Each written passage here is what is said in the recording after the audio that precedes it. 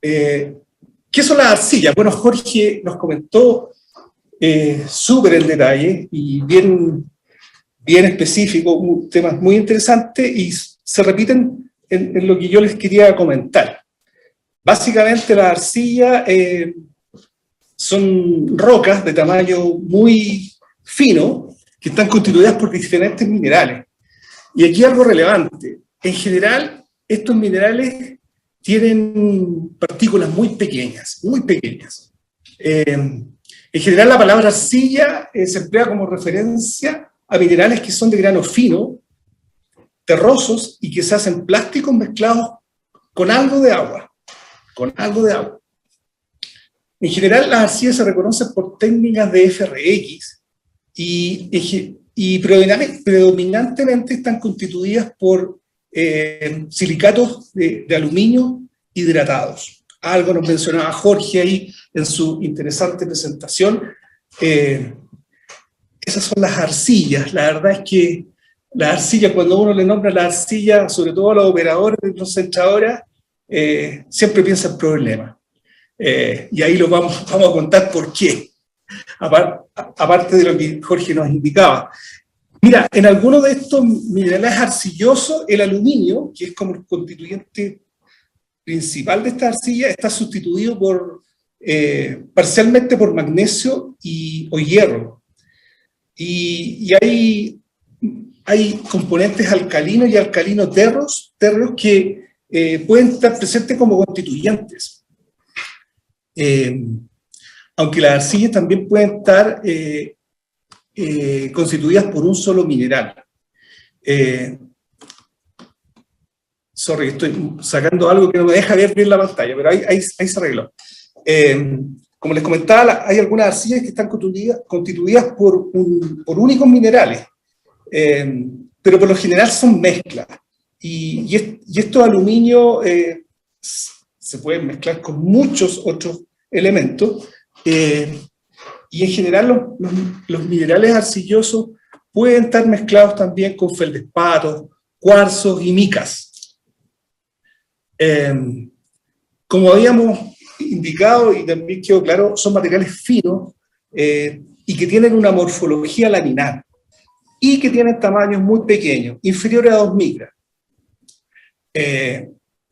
Hay sustituciones isomórficas en estas láminas, como se mostraba esquemáticamente en la presentación anterior, y que dan lugar a la aparición de cargas en estas mismas arcillas, en estas mismas estructuras. Estos factores conjugados producen, por una parte, un valor elevado de la superficie específica de estos materiales, y a la vez la presencia de una gran cantidad de superficie activa, con enlaces que no están saturados. Por ello, estas arcillas, estos materiales arcillosos, pueden interaccionar con diversas sustancias, en especial con compuestos polares, entre los que destacan el agua. Como consecuencia de lo anterior, la mezcla entre arcillas y agua genera un comportamiento plástico y un fenómeno que normalmente se le llama hinchamiento o swelling, y que este fenómeno genera propiedades reológicas en suspensiones acuosas. Y aparece la reología que vamos a ver que tiene mucha importancia en la operación de los espesadores, en el diseño de los espesadores.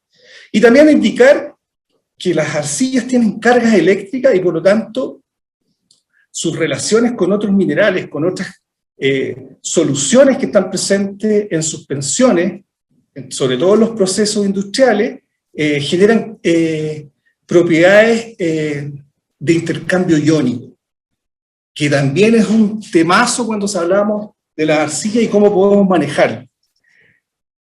Bueno, todo lo anterior, quería mostrar algunas fotos de la arcilla que nosotros hemos tomado por acá, donde se pueden ver que son láminas. Yo les muestro ahí con el puntero que se ven laminares. En general, las arcillas que a nosotros nos toca convivir la gran mayoría del tiempo son arcillas que se denominan arcillas blancas o filosilicatos blancos. Por eso esta foto igual es bien bonita y representativa de cómo son las arcillas. Bueno, como comentábamos, las arcillas tienen mucha influencia en la operación de una concentradora, en los procesos de flotación, espesamiento concentrado, espesamiento de relave, y yo me voy a enfocar en la presentación, o nos vamos a enfocar con Paulina, en mostrar cómo nos afectan en los espesadores de relave. Hablamos de que las arcillas tienen efecto en la velocidad de sedimentación y en la tensión de fluencia, que es reología, en definitiva.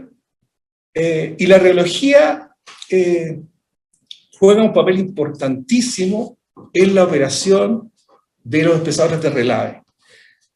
Una forma de clasificar, por ejemplo, las arcillas o de los efectos que generan las arcillas sobre los minerales es asociado a la velocidad de sedimentación. Y uno puede definir rangos de velocidades, desde bajas a altas. Aquí en este gráfico se muestran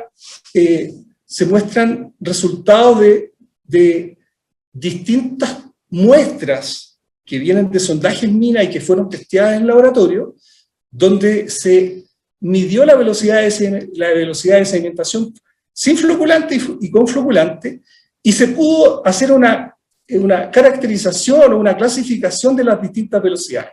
En rojo las velocidades bajas, que para nosotros son menores a 7 metros hora en test de laboratorio, las medias que varían entre 7 y 15 metros hora, y sobre 15 metros hora velocidades altas. ¿Qué relevancia tiene esto? Que cuando uno hace test, ya sea para comprobar la operación o para diseñar un proyecto, las velocidades de sedimentación son parámetros importantísimos para definir el equipo y las características del equipo. En particular, la figura inferior muestra, por ejemplo, la misma clasificación de las velocidades de sedimentación en sus rangos que mencionábamos anteriormente, baja, regular y alta, pero, con los efectos que tiene sobre el diel estrés. Y aquí se pueden ver agrupadas zonas donde claramente, en la mayoría de los casos, bajas velocidades de sedimentación tienen asociado alto diel estrés, o también se dan efectos que pueden ser outlier, pero que en definitiva son comportamientos asociados a arcillas que nosotros llamamos complejas. Aquí se muestran en la figura test que se han realizado buscando optimizaciones en laboratorio a distintos C/P o descarga que nosotros esperamos obtener en nuestros espesadores, 54 hasta 60%. Y se puede ver cómo se comportan estas velocidades y que siguen una tendencia. Y efectivamente, la gran mayoría de las muestras, y que están asociadas a la arcilla, como vamos a ver más adelante, bajas velocidades de sedimentación, tienen alto diel estrés, que complica la operación de los espesadores y que están asociados a la aparición o a las concentraciones de esta arcilla en los minerales.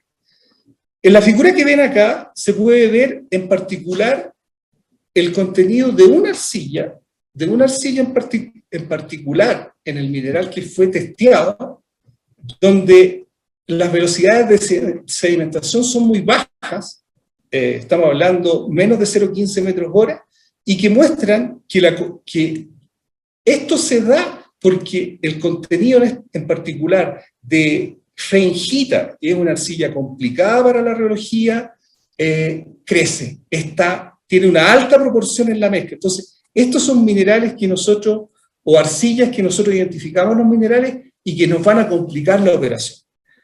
Así que de aquí nace que la arcilla, o comentarles que las arcillas tienen efectos fuertes en la operación de una planta, en el diseño de una planta. Algo de arcilla y dimensionamiento de espesadores. Aquí es relevante destacar lo siguiente: cuando nosotros queremos dimensionar un equipo de sedimentación, en particular un espesador de relave, es súper importante para un buen dimensionamiento el número de muestras, la representatividad de las muestras en el yacimiento, en el tiempo, en los primeros años o en los años donde va a operar, tu planta concentradora. También es súper relevante el método de reconocimiento de las arcillas de la muestra. Es importantísimo saber qué arcillas tienen y si van a ser estas arcillas complejas y qué nos van a implicar en nuestros diseños y en nuestra operación. Relevante las pruebas de laboratorio de velocidad de sedimentación y donde se mide el estrés. Y finalmente las pruebas piloto de espesamiento, que aquí normalmente se cuentan con la colaboración o se hacen en conjunto con los vendors, que tienen espesadores piloto, donde los tienen parametrizados y uno puede obtener los datos para poder diseñar tu equipo o para explicar comportamientos que pueden tener tu equipo de espesamiento. ¿Ya? Entonces, relevante es considerar que la muestra más compleja que nosotros encontramos en nuestro plan minero hay que ponerle mucha atención, porque generalmente esas son las que nos van a establecer dónde nosotros tenemos que diseñar nuestro espesador. Sobre todo cuando uno está trabajando en un proyecto Greenfield, se está haciendo el proyecto, se está estudiando, esas muestras en particular hay que ponerle mucha atención, porque si no las consideramos en nuestro diseño en esta etapa, lo más probable es que sean un cuello de botella cuando tu planta esté operando. Y obviamente los CAPEX y OPEX asociados a corregir ahí o a buscar una solución son muy altos. ¿Ya?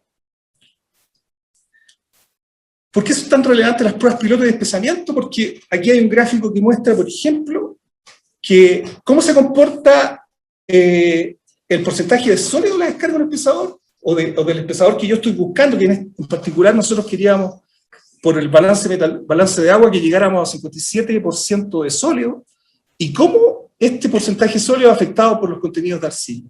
Estos gráficos son relevantes y estas pruebas piloto nos permiten llegar a estas conclusiones. Aquí hay una muestra de pruebas piloto donde se ve el efecto del porcentaje de arcillas. Aquí hay dos muestras de un yacimiento que tienen 10% de arcilla y 5% de arcilla, piloteadas. Y vean ustedes cómo se comportan las curvas asociando porcentaje sólido y gel estrés. Aquí, por ejemplo, para 57% de sólido, fíjense la diferencia que existe en gel estrés o en la tensión de fluencia que van a ver nuestra rastra, que va a ver nuestro equipo, que varía entre 20 y 55, 57. Créanme ustedes que esa diferencia en el estrés en un equipo en operación es importantísimo, te genera operaciones totalmente distintas y obviamente que tu equipo tiene que estar dimensionado para eso, porque si tú dimensionas un equipo o tu espesador para 20 o 30 pascales, y te aparecen muestras que tienen 60 o 80, te va a generar una restricción. Te va a generar una restricción que la puedes solamente compensar con estrategias operacionales o colocando más equipo, o overhauleando tus equipos que ya tienes disponibles para operar. Así que, sumamente relevante, yo quiero dejar este punto.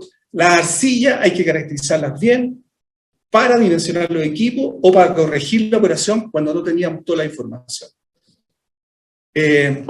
Aquí voy a pasar bastante rápido porque en general quería hablar un poco de la clasificación de los espesadores, hablando del diseño.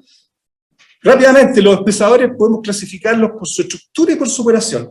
Estructuralmente, espesadores del tipo puente, columna, transición periférica, y hay espesadores sin mecanismo.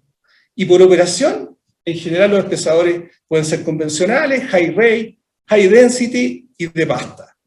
Rápidamente, las diferencias asociadas a estos tipos de clasificación, no sé, los tipos puentes se usan normalmente para los espesadores de concentrado y es un puente que recorre completo el espesador y es para diámetros entre 120 y 40 pies.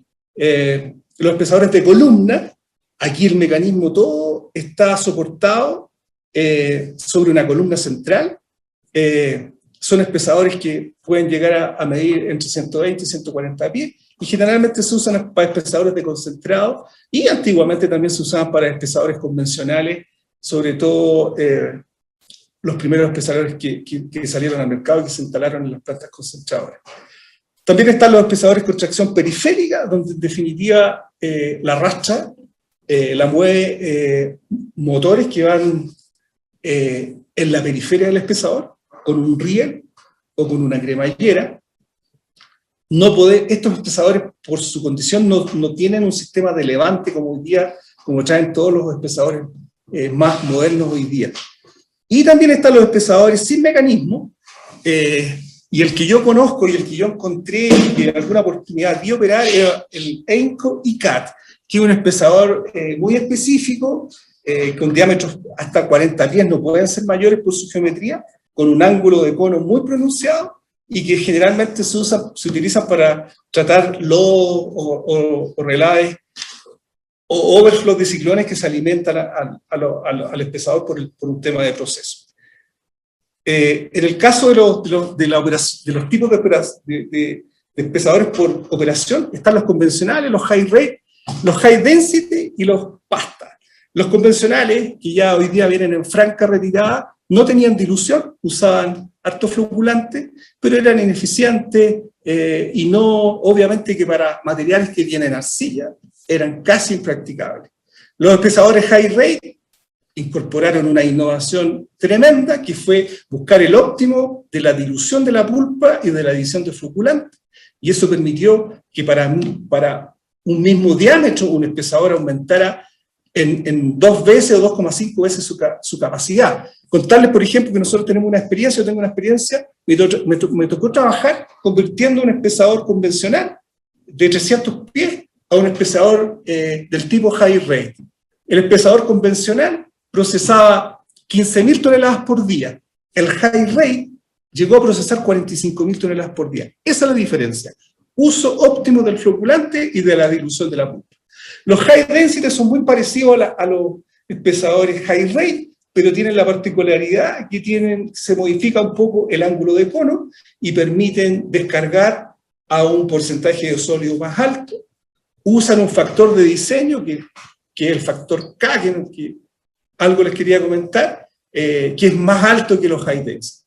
Y los pesadores de pasta, que son espesadores mucho más esbeltos y que obtenemos sólido en la descarga de hasta 75-80% sólido. Normalmente se están utilizando estos espesadores en depósitos de relave para generar relaves muy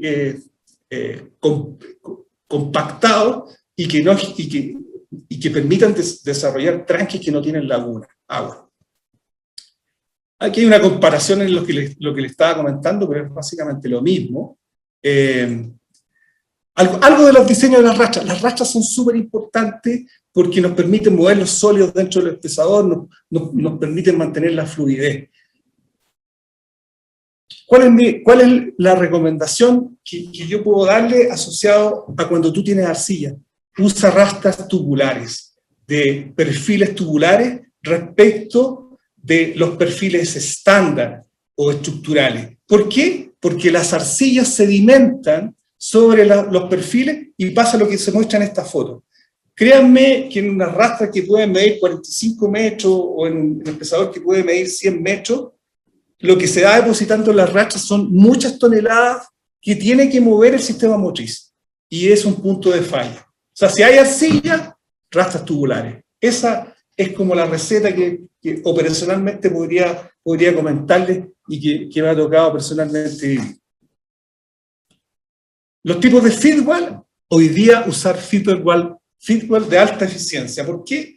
Porque optimizan la floculación, mejoran la dilución.